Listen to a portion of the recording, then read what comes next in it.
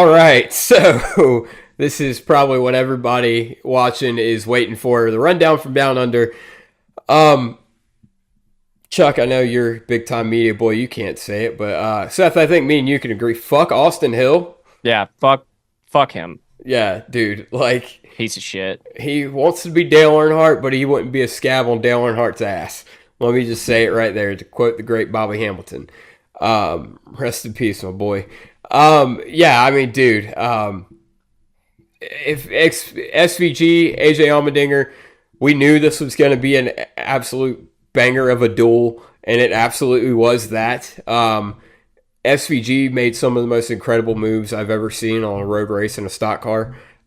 Even more incredible than his moves in Chicago. And we were absolutely robbed of a great story because of years of NASCAR. What Chuck said, NASCAR trying to get in their own way. And just I once again, palms out, asking NASCAR, please get rid of double file restarts on road courses. And also, please get rid of overtime. That too, but It's especially stupid. double file restarts.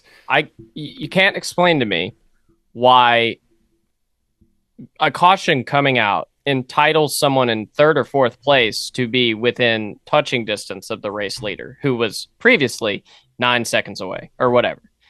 You can't explain that one to me. It doesn't make any sense, and it will never make any sense because it doesn't make sense. Yeah, or at least we don't need multiple green white checkers. This unlimited overtime BS just makes us look like a bunch of slapdicks out here, and that's pretty sorry because you have a lot of outside the U.S. interest right now, and it's making us look stupid. Chase Elliott, I mean, I'll give him credit. He said he watched Cota last year, and he's like, "Wow, we really do this."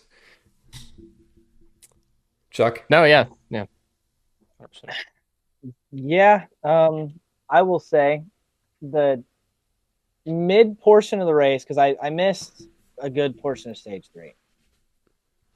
The middle part of the race, when it was Shane and AJ and Larson all battling for the lead, was some of the best road course racing I've ever watched. It was so fun. Cool to watch. So cool to watch those three guys battle. Because, that's especially on that kind of racetrack, you put their skill sets together. That's three of the most diverse, awesome wheelmen you could ever put on a racetrack together. And you just tell them, okay, go battle it out. And they did it. It was awesome. The end of the race. Here's the biggest difference between Austin Hill and Dale Earnhardt. When somebody gave it back to Dale Earnhardt didn't cry. Yeah. He was like, yep, I punted him, and he punted me back. That's racing. Yeah. Austin Hill, as we all know, the rules are for thee, but not for me. Yeah. You can't punt a guy 10 car lengths deep into a corner and then say, oh, he tried to brake early, when you, I guess, don't have the awareness to realize you are on the very inside lane of a 270-degree corner. And then a lap and a half later say, oh, well, he drove through me and didn't even give me a chance. What do you think you did? Yeah. You drove through him. The only difference is he didn't brake check you on the entrance to the corner. Yeah, I mean, that's I do want to go back because you brought up a good point. The racing in the first two stages with AJ and Larson and Shane, those drivers are three of the best on road courses. The tire in Xfinity is great. The car in Xfinity is great. I mean, that is just true, hard-nosed, bricked up racing. I mean, dude, that's what it is to a T, man. And you know what it showed? I think a lot of people they thought SVG had the advantage in the next gen car. Bro, he showed them. It almost looked like Shane was kind of just hanging out, and when Shane wanted to go, Shane went. I mean, Stage 3, it came time to go, and he was done. He was like, all right, time to go. I'm gone. See y'all later. I mean, and I didn't expect that from him, if I'm being completely honest. I expected it. I expected him coming into realistically to run top 5, but I didn't necessarily expect him to contend like he did on Saturday. I thought it might take him a road course or two before he got there. Obviously, he's done better than I think we necessarily expected him to do in the beginning portion of the season. And then we showed up, rolled off the truck, and he was fastest in practice, qualified second. I'm like, oh, here we go. Okay, all right, never mind. We're here. it's on now. For shame, though, buddy. You underestimate Shane, and I don't know how many times you got to do that before you're just like, I don't know if it's that I underestimate. I never know what to expect with them. It's like I try to temper my expectations, and then I try to overhype them, and it's like, yeah, it's all over the place with them, man. Like, well, I just know based off reading our lovely comments, keep bringing them. By the way, we are dumb Americans, but we're not as dumb as we sometimes sound. So just keep that in mind. Yeah. But based on our comments we get, I have acquired the knowledge that SVG kind of just does this. He kind of just pedals around, and then as soon as it's go time, he goes, and that is exactly what he did on Saturday. Yeah. I mean, Austin Hill, you said it, Chuck. I mean, punts him in turn 1, gets by. Shane, I think Shane was driving hard, but I think Shane was kind of biding his time there too. I think he knew that, you know what, I can get him anytime I want, and I'm going to wait till he can't get me back. And then obviously he had pressure mounting from the 17, and, you know, yeah, I mean, Austin Hill,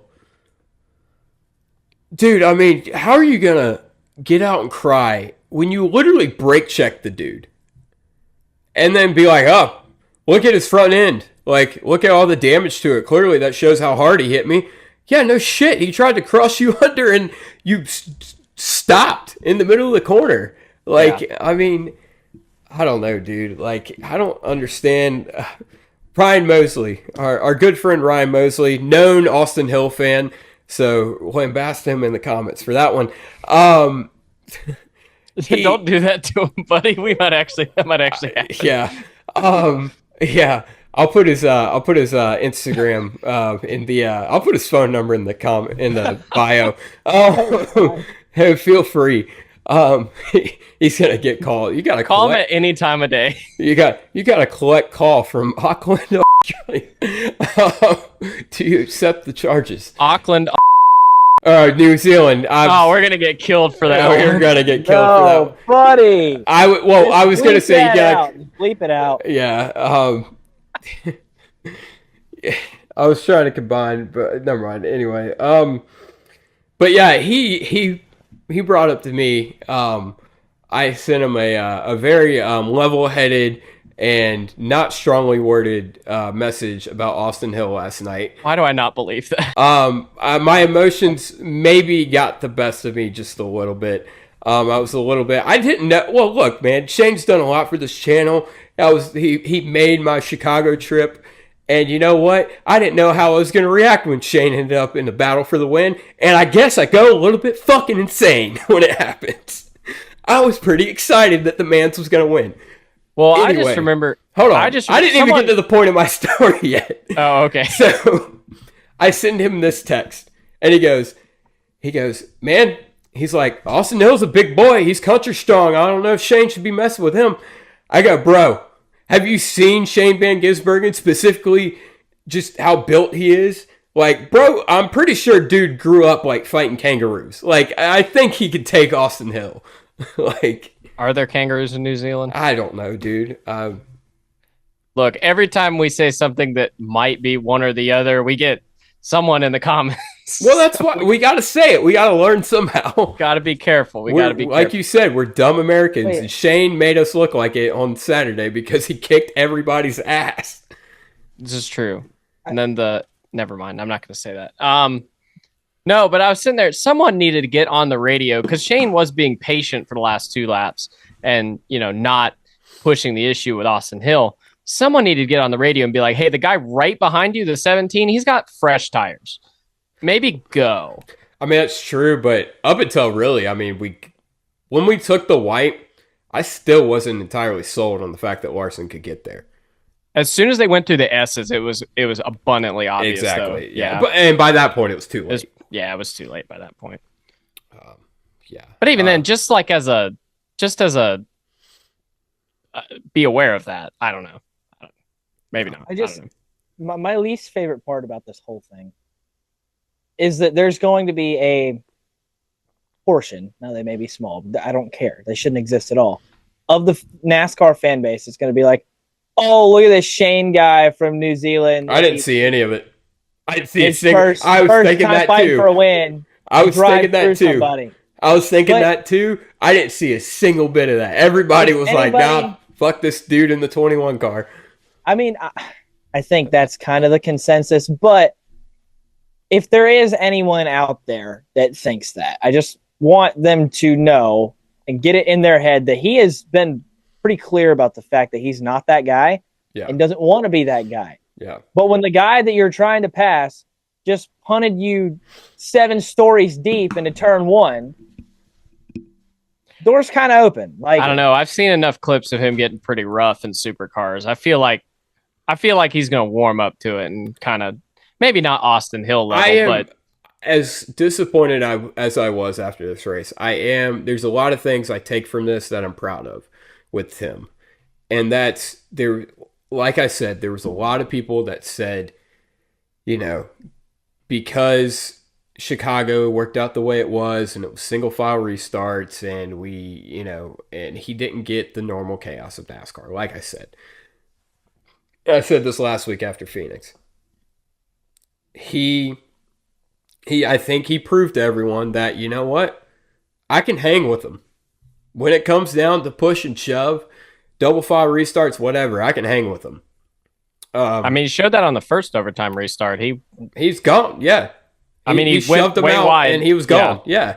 And you know what that is? I think some people might have looked at that just at face value and said, wow, he shoved off his own teammate and, the guy, like, he used him up. Bro probably did his homework and realized, you know what? That's what I got to do to win this race. That's what I'm going to do to win this race because it's going to come back. It's going to, get thrown at me. And that's exactly what happened to him on the overtime restart. Thank God Ed Jones had to, fail at IndyCar just to ruin my day. Wait, hang on. We didn't even bring this up. He tried to right hook Shane. Oh, yeah, he did. Yeah, we didn't even talk about that. He tried to do the one thing that we have determined bad in NASCAR.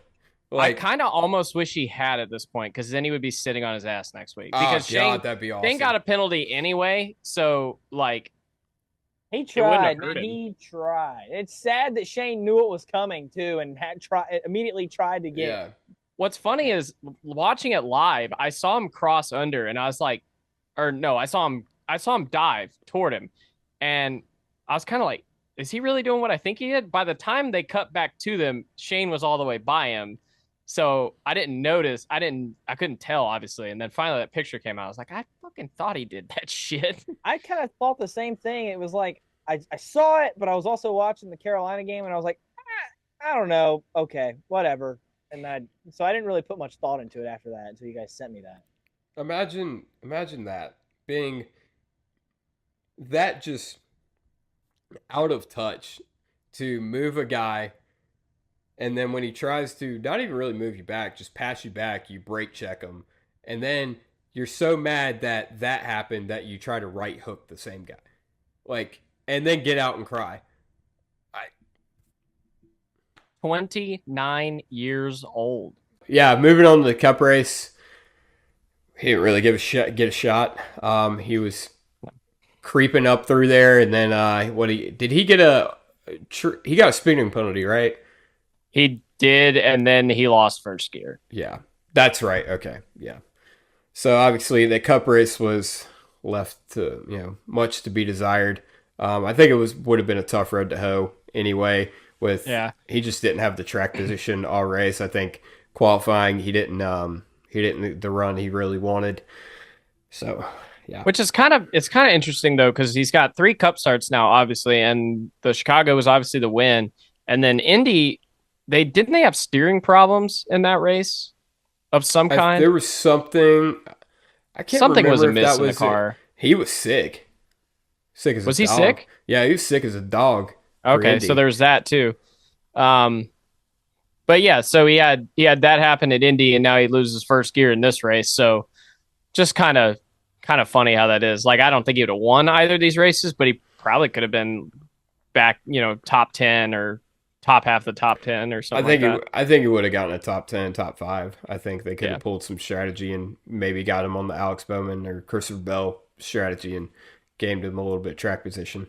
That and it kind of looked like he was doing ye old SVG strategy of It just did. kind of wait it out. It really did because I mean there was 4 or 5 cars. I think it was Chase, Larson, Cindric, a bunch of guys right there that were right there in front of him, and it seemed he wasn't falling off of them, but he wasn't attacking. So I think I don't know. It's one of those what if things. But I don't know.